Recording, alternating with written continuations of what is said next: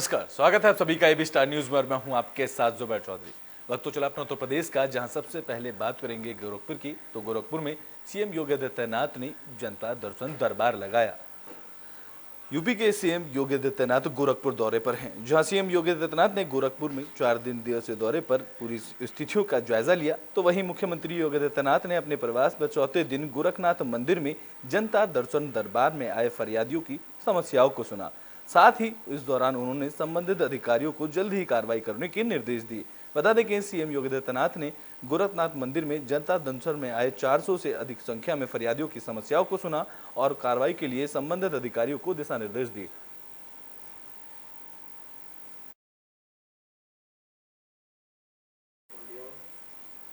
Bulletin में बात मुजफ्फरनगर की कर लेते हैं, जहां डिप्टी सीएम केशव प्रसाद मौर्य मुजफ्फरनगर दौरे पर पहुंचे। इस दौरान सबसे पहले उन्होंने ओडिशा हादसे पर शोक जताया। तो उप मुख्यमंत्री केशव प्रसाद मौर्य शनिवार को मुजफ्फरनगर के दौरे पर थे, जहां उन्होंने बीजेपी जिला कार्यालय में ओडिशा के बालासोर में हुए ट्रेन हादसे में मारे गए लोगों के प्रति संवेदना व्यक्त की। जहां साथ ही उन्होंने रेल हादसे में मारे गए लोगों को श्रद्धांजलि दी। इसके बाद उन्होंने बीजेपी कार्यकर्ताओं के साथ बैठक की, जहां फिर केशव प्रसाद मौर्य ने विकास भवन पहुंचे। इस दौरान उन्होंने स्वयं सहायता समूह की ओर से लगाए गए स्टॉलों का निरीक्षण किया और साथ ही इस दौरान महिलाओं से बातचीत की। इस दौरान केशव प्रसाद मौर्य ने महिलाओं की समस्याओं को जाना, साथ ही उनकी समस्याओं का निवारण और स्वयं सहायता समूह की ओर से किए जा रहे कामों को लेकर अधिकारियों को जरूरी दिशा निर्देश दिए।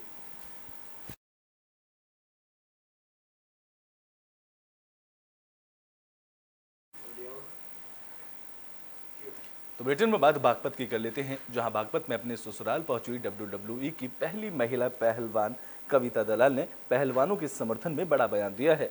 तो बीजेपी सांसद ब्रजभूषण शरण सिंह की गिरफ्तारी की मांग को लेकर महीने से दिल्ली में संघर्ष कर रहे पहलवानों के पक्ष में अब देश की पहली महिला WWE कविता दलाल की उतर गई हैं। जहां उत्तर प्रदेश के बागपत स्थित अपने ससुराल पहुंची कविता दलाल ने पत्रकारों से बातचीत करते हुए पहलवानों के समर्थन में बड़ा बयान दिया है।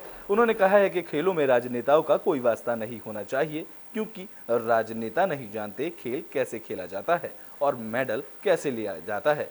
उन्होंने आगे कहा कि खिलाड़ियों के ऊपर राजनेता ना हो तो भारत बहुत अच्छे मेडल ला सकता है, जहां आज खेलों पर राजनेताओं का कब्जा है, जिसका भारत को भारी नुकसान हो रहा है। उन्होंने आगे कहा कि राजनेता ब्रजभूषण शरण खेलों पर अपना दबदबा कायम किए हुए हैं और आज जो मुश्किलें हैं वो इसीलिए उत्पन्न हुई हैं।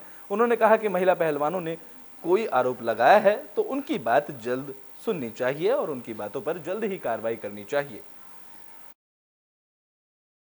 देखिए, वो इसलिए विरोध कर रहे हैं क्योंकि हमारे देश का जो सर्वोच्च व्यक्ति है, वो राष्ट्रपति होता है और बड़ी कमाल की बात है कि हमारे माननीय प्रधानमंत्री जी ने उनको इन्विटेशन नहीं दिया है, उनको बुलाया नहीं है उसका उद्घाटन करने के लिए। तो अपने आप में ये जो कहीं न कहीं एक संदेश दिया जा रहा है कि प्रधानमंत्री ही बस अपने आप को सब कुछ करना चाहते हैं। वो सिर्फ़ ये दिखाना चाहते हैं कि मैं ही हूँ और जब से मैं बना हूँ तभी से ये देश चल रहा है, आज से पहले कुछ नहीं था। तो ये तो एक तरीके से अपमान किया जा रहा है हमारे सर्वोच्च व्यक्ति का। तो इसके लिए ही जो है कई पार्टियाँ हैं जिन्होंने विरोध किया है और हम भी उसका विरोध। तो बुलेटिन में बात कन्नौज की कर लेते हैं, जहां मंडी चौकी पर पुलिस से मारपीट का मामला सामने आया है। इस दौरान बीजेपी सांसद सुब्रत पाठक समेत बीजेपी समर्थकों के खिलाफ पुलिस ने मारपीट की है, जिसको लेकर एफआईआर दर्ज की गई है। तो कन्नौज में पुलिस से मारपीट का मामला सामने आया है, जहां कन्नौज की मंडी चौकी में कन्नौज सांसद सुब्रत पाठक ने अपने समर्थकों के साथ पुलिस से मारपीट की है। दरअसल पुलिस की ओर से अपहरण करने वाले अपहरणकर्ताओं पर कार्रवाई करने को लेकर वहां विवाद हुआ। इस दौरान पुलिसकर्मियों ने सांसद सुब्रत पाठक और उनके समर्थकों पर मारपीट और गाली गलौज का आरोप लगाया है, जिसके बाद सांसद सुब्रत पाठक समेत 42 कार्यकर्ताओं पर मुकदमा दर्ज किया गया है। तो वहीं पुलिस ने एफआईआर में आरोपी को जबरन छुड़ाने के प्रयास और सरकारी काम में बाधा डालने का आरोप लगाया है। बता दें कि इस मामले को लेकर 10 नामजद और 42 अज्ञात पर मुकदमा दर्ज किया गया है। साथ ही यह मुकदमा सांसद सुब्रत पाठक पर भी दर्ज किया गया है।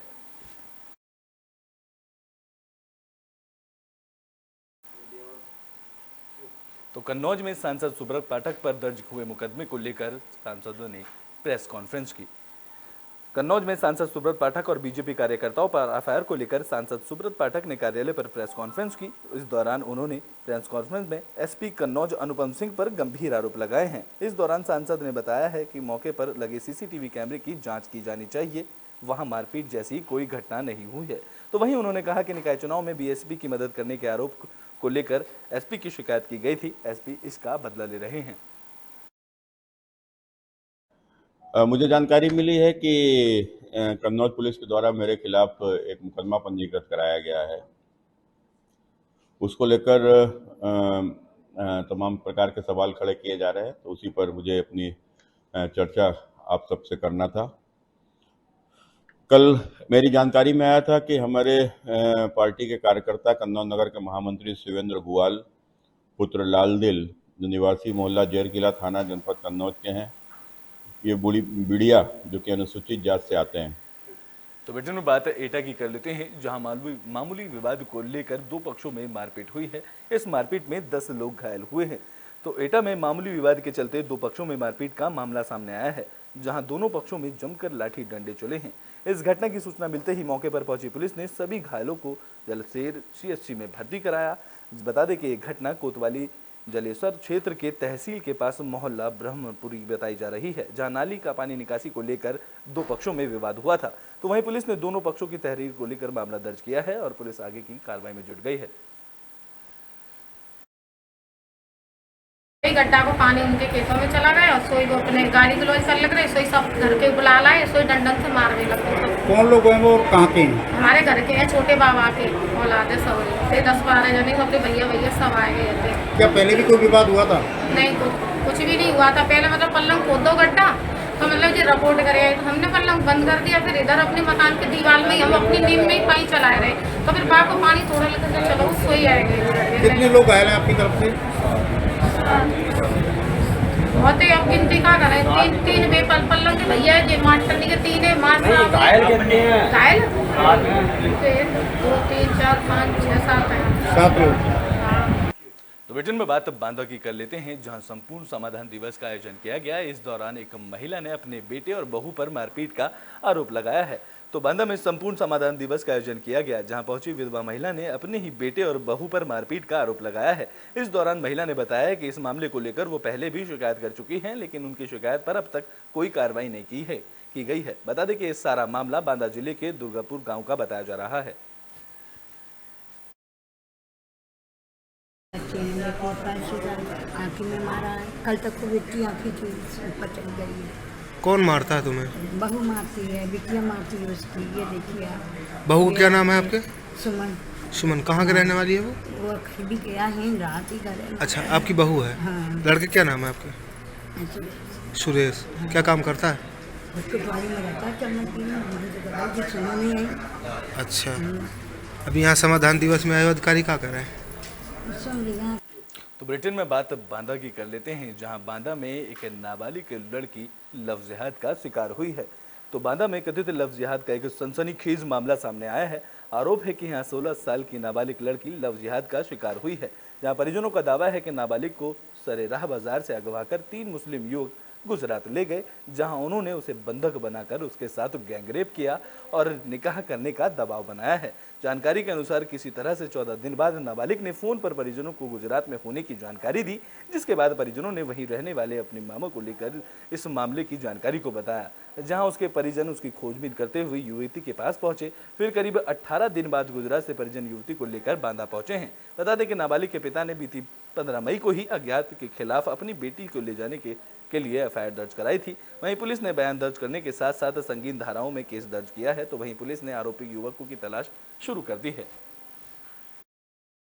ये दिनांक 14 मई की शाम को एक बच्ची थाना नरैनी अंतर्गत कस्बा नरैनी की थी, जिसको दूसरे संप्रदाय के एक लड़के द्वारा भगाकर सूरत ले जाया गया। इस बात की सूचना जैसे ही पुलिस को दिनांक 15 मई को अगले दिन प्राप्त होती है, तत्काल उसका अभियोग पंजीकृत किया जाता है और टीमें लगाई जाती हैं बरामदगी के लिए।